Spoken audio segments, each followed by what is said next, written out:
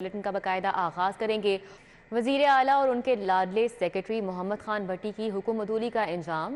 वजीर आला के सेक्रेटरी मोहम्मद खान भट्टी ब्यूरोक्रेसी के लिए खौफ की अलामत बन चुके हैं। सेक्रेटरी मोहम्मद खान भट्टी के अहकामात ना मानने वाले अफसर का तबादला कर दिया जाता है। ग्रेड 20 के DMG अफसर एहसान भुट्टा का 1 साल में 5 बार तबादला किया गया है। एहसान भुट्टा को सेक्रेटरी I&C के ओहदे पर 3 माह बाद ही तब्दील कर दिया गया, जबकि एहसान भुट्टा कमिश्नर गुजरांवाला के ओहदे से 2.5 माह बाद ही तब्दील कर दिए गए। इसी तरह एहसान भुट्टा को सेक्रेटरी टूरिज्म के ओहदे पर 4 माह बाद ही तब्दील कर दिया गया। हमारे साथ कैसे खोकर एडिटर ब्यूरोक्रेसी मौजूद हैं, इस मामले पर तफसीलात उनसे जानेंगे। जी कैसे खोकर। वज़ीर आला और उसके सेक्रेटरी का हुक्म अदलवी का अंजाम जो है वो ये हुआ है कि ग्रेड 20 के अफसर एहसान भुट्टा का 1 साल में 5 बार तबादला किया गया है। एहसान भुट्टा को सेक्रेटरी I&C लगे और 2 माह बाद ही तब्दील कर दी, 3 माह बाद तब्दील कर दिए गए। कमिश्नर गुजरांवाला लगे तो 2.5 महीने बाद तब्दील कर दिए गए। सेक्रेटरी टूरिज्म लगे तो 4 महीने बाद तब्दील कर दिए गए।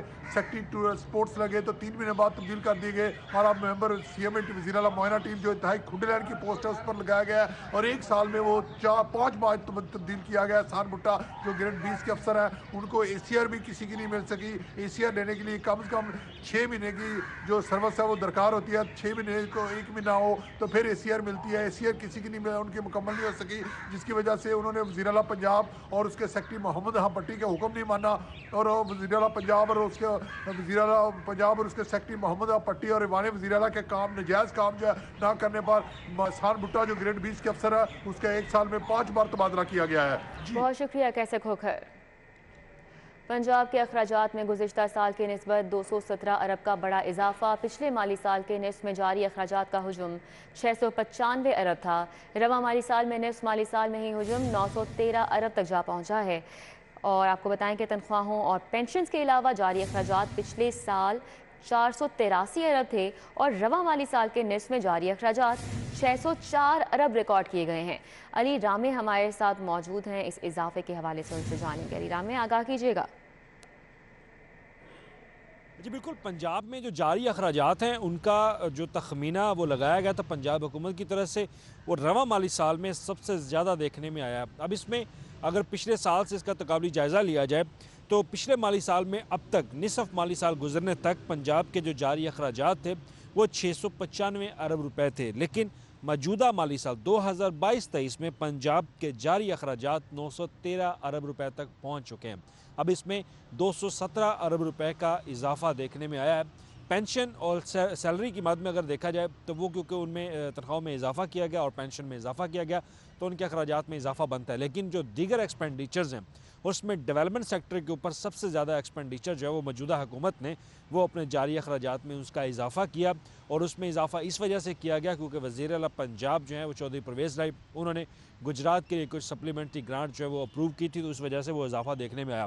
तो अब महकमा ख़जाना पंजाब की जो सरकारी एक रिपोर्ट है उसके मुताबिक पंजाब के जो जारी अखराजात हैं उसमें पिछले माली साल 2021-22 की निस्बत 22-23 में इजाफा देखने में आया और इसकी असल वजह यह है कि मौजूदा हुकूमत की गैर मौसर पॉलिसियों की वजह से ये अजाफी अखराजात हुए। और दूसरी तरफ सरप्लस में जो तखमीना लगाया गया था पंजाब हुकूमत की तरफ से कि 125 अरब रुपये पंजाब हुकूमत के पास होंगे, लेकिन अब सरप्लस में पंजाब के पास सिफर बजट जो है वो बाकी बचा है।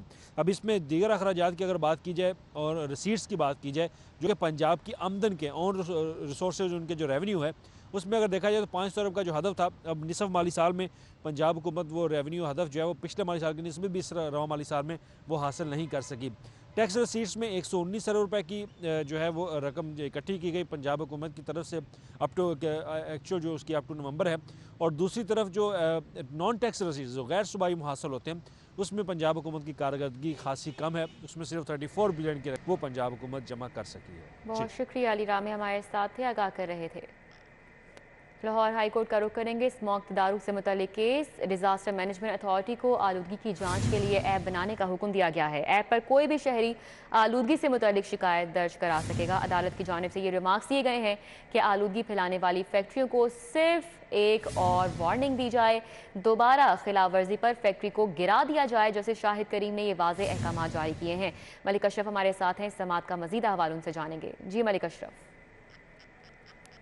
ये लाहौर हाई कोर्ट में स्मोक तदार के मतलब केस की समाअत हुई है और अदालत ने ट्रैफिक निज़ाम की अबतर सूरत पर तशवीश का इजहार किया और अदालत ने वासा के साथ मिलकर लेन और लैन की हवाले से इकदाम करने का हुक्म दिया है। और अदालत ने यह भी हुक्म दिया है कि महकमा माहौलियात रूल्स में तरमीम करे, जिसके बाद ऐप जो है वो बनाई जाए, जिसके बाद एक वारने के बाद अगर कोई वायलेशन होती है तो फैक्ट्री को उसको डिमोलिश कर दिया जाए। आज की केस के समाअत के हवाले से हम बात करेंगे मेंबर माहौलियाती कमीशन है हिना फिज़ुल्लाह इसहाक और सैयद कमाल हैदर से भी।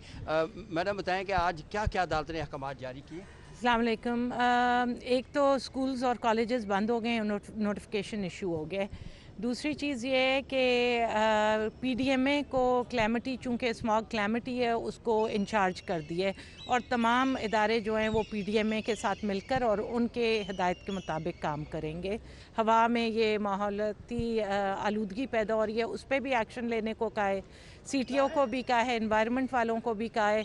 बाकी जो खुदाई हुई है मुख्तलिफ जगह पे, जिसकी वजह से कंजेशन हो रही है, ट्रैफिक कंजेशन, जिसकी वजह से माहौल ख़राब हो रहा है, तो वासा और दीगर डिपार्टमेंट्स जिन्होंने ये काम किया है उनको हम लोगों ने देखना है अब कि वो जल्द अपने काम मुकम्मल करें।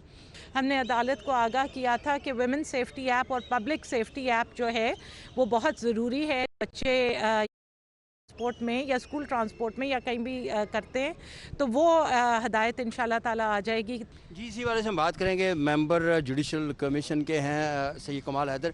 कमाल हैदर साहब बताएं कि आपने क्या वहाँ पे तजवीज़ क्या रखी? जी, तजवीज़ हमारी तरफ से तो यही थी कि जहाँ कंस्ट्रक्शन वर्क चल रहा है, जैसा कि मैडम ने अभी फरमाया है, 4 मुख्तलिफ औकात पे कंस्ट्रक्शन वर्क चल रहा है, जिसकी वजह से बहुत गैर मामूली सी कंस्ट्रक्शन हुई है और उसको खोलने के लिए फौरी तौर पर ट्रैफिक पुलिस वालों को भी कहा गया कि वो फौरी तौर पे साइट्स पे जाएं और उनको खुला करें।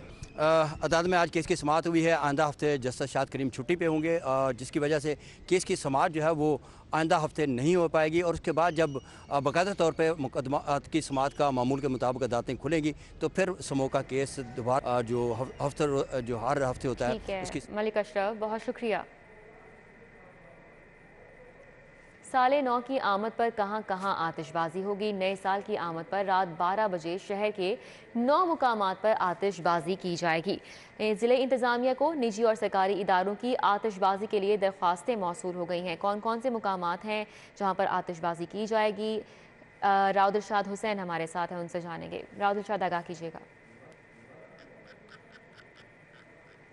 तैयारियों का सिलसिला जारी है और साले 9 के लिए शहर के किन किन मकामात पर आतिशबाजी का मुजाहरा जो है वो होगा, इस हवाले से ज़िले इंतज़ामिया को मजमूई तौर पर 9 दरख्वास्तें मौसूल हुई अब तक और तमाम 9 दरख्वास्तों के एवज जो है वो NOCs जारी कर दिए गए हैं। आपको बताएं कि साबिक वज़ीर आज़म इमरान खान के भांजे हसन एडवोकेट के रेस्टोरेंट कड़क खेल को भी जो है वो इस मरतबा भी जो है वो NOC जारी कर दिया गया है। आपको बताएं कि कड़क खेल बैंकर्स सोसाइटी में कड़क खेल रेस्टोरेंट में जो है वो आतिशबाजी का मुजाहरा जो है वो देखने को मिलेगा शहरियों को।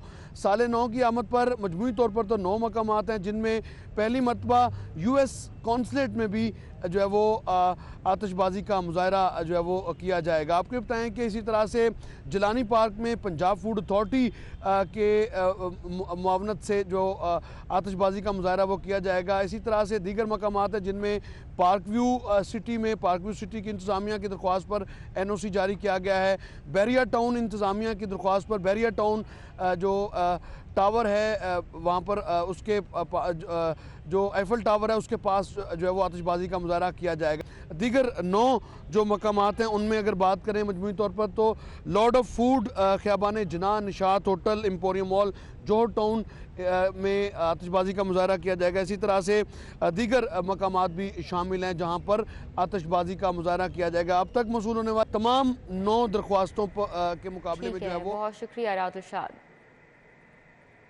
पिछले 7 माह से तनख्वाहों से महरूम 5800 इंसाफ आफ्टरनून स्कूल में पढ़ाने वाले 10,000 से ज़ायद असातिज़ा की सुनी गई। स्कूल एजुकेशन डिपार्टमेंट ने तनख्वाहों की अदायगी के लिए असातिज़ा का डेटा स्कूल इंफॉर्मेशन सिस्टम पर ऑनलाइन करने का हुक्म दे दिया है। जुनेद रियाज हमारे साथ हैं, तफसीलात उनसे जानेंगे। जी जुनेद।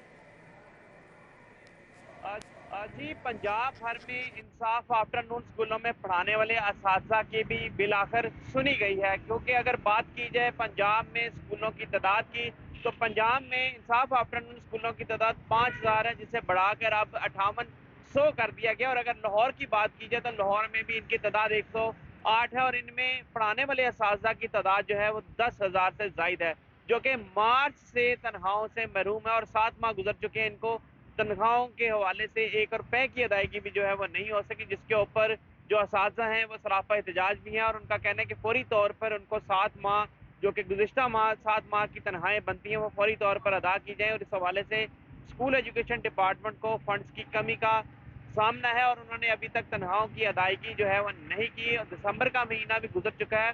तो इस हवाले से असातिज़ा का कहना है कि फौरी तौर पर तनख्वाहों की अदायगी की जाए। इसके ऊपर स्कूल एजुकेशन डिपार्टमेंट ने नोटिस लिया है, क्योंकि असातिज़ा इससे कबल भी सरापा एहतजाज हैं मुस्तकिली के हवाले से। तो स्कूल एजुकेशन डिपार्टमेंट ने हदायत की है स्कूल सरबराहान को कि इंसाफ आफ्टर स्कूलों में पढ़ाने वाले असातिज़ा का डाटा फौरी तौर पर ऑनलाइन किया जाए ताकि उनको तनख्वाहों की अदायगी की जा सके।